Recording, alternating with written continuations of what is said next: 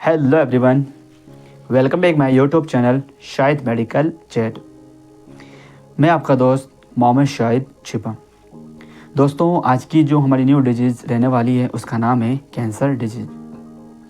Cancer disease किस तरह हमारे बॉडी को डैमेज करती है या कैंसर डिजीज़ के साथ हमें और कौन सी अदर डिजीज़ हो सकती है, या हम देख सकते हैं कि अभी जो हमारे यूथ हैं उनमें कैंसर के जो केस हैं सबसे ज़्यादा हमें देखने को मिलते हैं। बट वाई, या हमें इस कैंसर से क्या अवेयरनेस हमें रखनी चाहिए, तो आइए जानते हैं इसी डिजीज़ के बारे में। तो दोस्तों, उससे पहले अगर आप हमारे चैनल पे नए हैं और अभी तक आपने हमारे चैनल को सब्सक्राइब ना किया हो तो उससे पहले हमारे चैनल को सब्सक्राइब करें और बेल आइकन पे क्लिक करें। तो आइए जानते हैं इसी डिजीज़ के बारे में।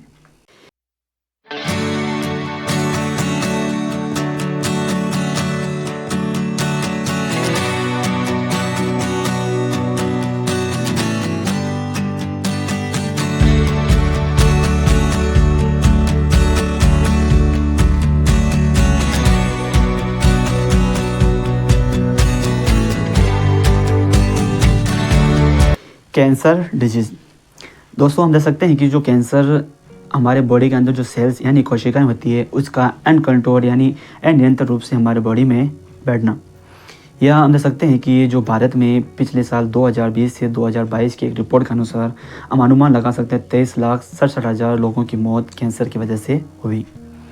या हम देख सकते हैं जो भारत में हर 9 में से एक व्यक्ति को कैंसर होने का खतरा होता है, चाहे वो पुरुष हो या महिलाएं।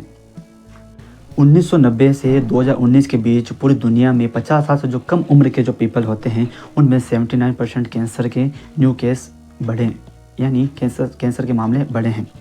या हम देख सकते हैं कि जो इसी वर्ग के जो आयु के लोग जो पीपल होते हैं उनमें जो कैंसर के कारण जो मौतें होती है वो 28% का इजाफा हुआ। लॉसेंट पब्लिक हेल्थ की एक रिपोर्ट के अनुसार हम देख सकते हैं अमेरिका में हर पीढ़ी में 17 प्रकार कैंसर के मामले आए हैं। या हम देख सकते हैं कि खास तौर पर 1965 से 1996 के बीच में जो लोग पैदा हुए हैं उनमें कैंसर के केस हमें सबसे ज़्यादा देखने को मिलते हैं। अकॉर्डिंग टू BMJ रिपोर्ट, यानी BMJ के रिपोर्ट के अनुसार हम देख सकते हैं नेजोफेरेंजियल कैंसर या स्टोमक कैंसर या बवल कैंसर युवाओं में सबसे ज़्यादा बढ़ रहे हैं। अकॉर्डिंग टू लॉसेंट रिपोर्ट के अनुसार हम देख सकते हैं अमेरिका में युवाओं में 17 में से जो 10 कैंसर का जो कोज यानी कारण है वो यानी फैट यानी मोटापा का बढ़ना है।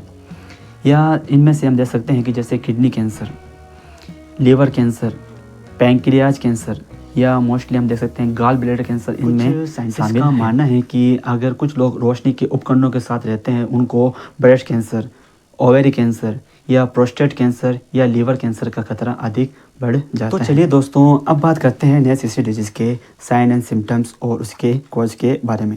यानी अगर कैंसर डिजीज़ हमें हो जाए तो उससे पहले हम उसके क्या साइन एंड सिम्टम्स हमारे बॉडी में हमें देखने को मिलते हैं।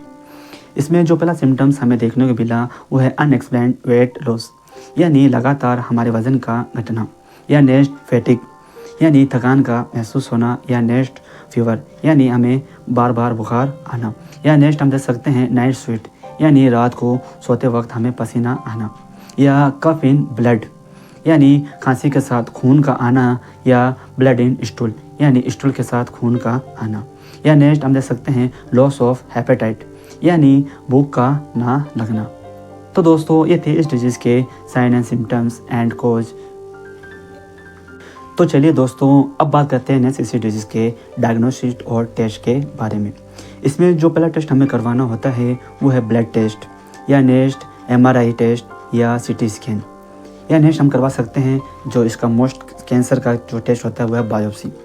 यानी बायोप्सी में हम जहाँ पे हमें कैंसर से उस जगह से हम हल्का सा एक मांस का टुकड़ा कट करके उस पर इन्वेस्टिगेशन करते हैं कि वो कैंसर क्नोट है या कोई नॉर्मली क्नोट यानी कोई गांठ है। या हम देख सकते हैं कि इसमें हमें फैमिली हिस्ट्री का भी पता होना चाहिए, जैसे कि उस फैमिली मेम्बर में किसी को पहले कैंसर जैसी डिजीज़ हुई है या नहीं। तो चलिए दोस्तों, अब बात करते हैं जैसे डिजीज़ के स्टेज के बारे में, यानी किस स्टेज में हमें कितना % चांस होता है कि हम उसमें क्योर यानी ठीक हो सकते हैं। इसकी जो पहली स्टेज हमें जो देखने को मिलती है, अगर हमें हमारे बॉडी में जहाँ कैंसर हुआ है वो दूसरे बॉडी पार्ट में स्प्रेड यानी फैलता नहीं है, जिसका चांस यानी क्योर होने का हमें 90% चांस होता है कि वो ठीक हो सकता है।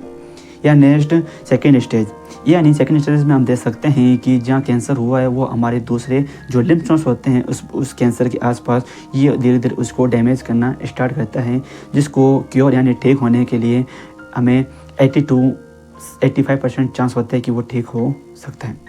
या नेक्स्ट बात करते हैं इसकी थर्ड स्टेज में हम देख सकते हैं कि ये जो कैंसर उसकी लिम्फ नोड से जो बाहर का जो सराउंडेड एरिया होता है या सरफेस एरिया होता है, ये धीरे धीरे उसको डैमेज करना स्टार्ट करती है, जिसका क्योर यानी ठीक होने के लिए हमें 60-65% चांस होता है कि वो ठीक हो सकता है। ये हम देख सकते हैं कि जो इस कैंसर की लास्ट स्टेज यानी फोर्थ स्टेज, वो उसमें हम देख सकते हैं कि ये कैंसर धीरे धीरे हमारे दूसरे बॉडी पार्ट यानी जो ऑर्गन्स होते हैं दूसरे, ये धीरे धीरे उसमें स्प्रेड यानी फैलना स्टार्ट करता है, जिससे कि इस कैंसर को रोकना हमारे लिए नामुमकिन होता है, जिसका क्योर यानी ठीक होने के लिए हमें 50% चांस होते हैं कि वो ठीक हो सकता है या इन फ्यूचर उस पेशेंट की डेथ होगी।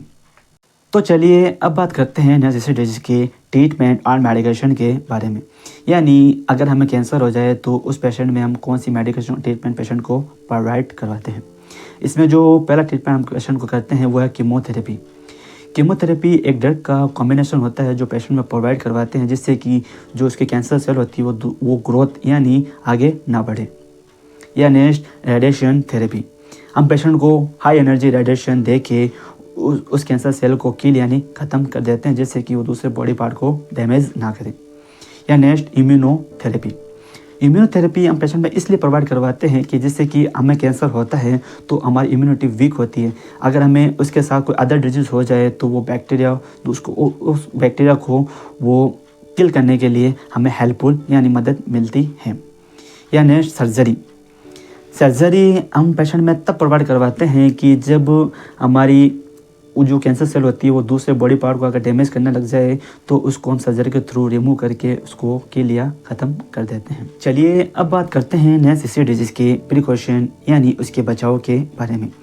यानी कैंसर डिजीज़ अगर हमें हो जाए तो उसका हम किस तरह प्रिवेंशन यानी बचाव रख सकते हैं। इसमें जो पहला प्रिकॉशन हमें रखना होता है वो है डोंट स्मोकिंग, यानी धूम्रपान ना करें। या नेक्स्ट लिमिट एल्कोहल, यानी जो पीपल्स एल्कोहल का सेवन करते हैं उसको या तो कम कर दें या उसको हमेशा के लिए छोड़ दें। या नेक्स्ट हम देख सकते हैं ईट ए हेल्दी डाइट, यानी अच्छा खाना खाएं। अभी हम देख सकते हैं कि मार्केट में केमिकल प्रोडक्ट बहुत ज़्यादा आ रहे हैं, जिसके कारण हमें फैट बढ़ने के ज़्यादा चांस होते हैं। या कुछ अभी देख सकते हैं आज की जो जनरेशन होती है उनको जंक फूड बहुत ज़्यादा पसंद होता है, जिसके कारण वो हमारे फैट को बढ़ाते हैं, और फैट बढ़ते हैं तो हमें हार्ट अटैक के भी ज़्यादा चांस होते हैं। या नेक्स्ट हम देख सकते हैं ये जो जंक फूड होते हैं वो हमारे कैंसर जो हमारे जो अंदर सेल होती है उसको कैंसर में बदल सकती है। या नेक्स्ट रेगुलर एक्सरसाइज, यानी हमें रोज़ाना व्यायाम करना चाहिए जिससे कि हमारी हेल्थ अच्छी बनी रहे। या next protect your sun from the sun, यानी जो सूरज की जो किरणें होती है उससे हमें हमेशा प्रोटेक्ट रखनी चाहिए। या जो मोबाइल्स वगैरह हैं या जो अभी हम देख सकते हैं कि जो हमारे घर के आसपास जो टावर वगैरह होते हैं तो उसमें जो हाई एनर्जी रेडिएशन निकलती है उससे भी हमें कैंसर का खतरा अधिक होता है। तो दोस्तों आपने देखा इस वीडियो में हमने बात की थी कैंसर डिजीज़ के बारे में कि कैंसर किस तरह हमारे यूथ यानी युवाओं में सबसे ज़्यादा बढ़ रहे हैं और किस कारण से बढ़ रहे हैं, हमने इस वीडियो में देखा। ये थी कैंसर डिजीज़। आई होप आपको वीडियो काफ़ी इन्फॉर्मेटिव लगी हो, या आप और भी किसी डिजीज़ के बारे में हमसे जानना चाहते हैं या अपने नॉलेज को इम्प्रूव करना चाहते हैं या बढ़ाना चाहते हैं तो हमारे चैनल को ज़्यादा से ज़्यादा लाइक करें, शेयर करें एंड सब्सक्राइब करें। तब तक के लिए थैंक यू।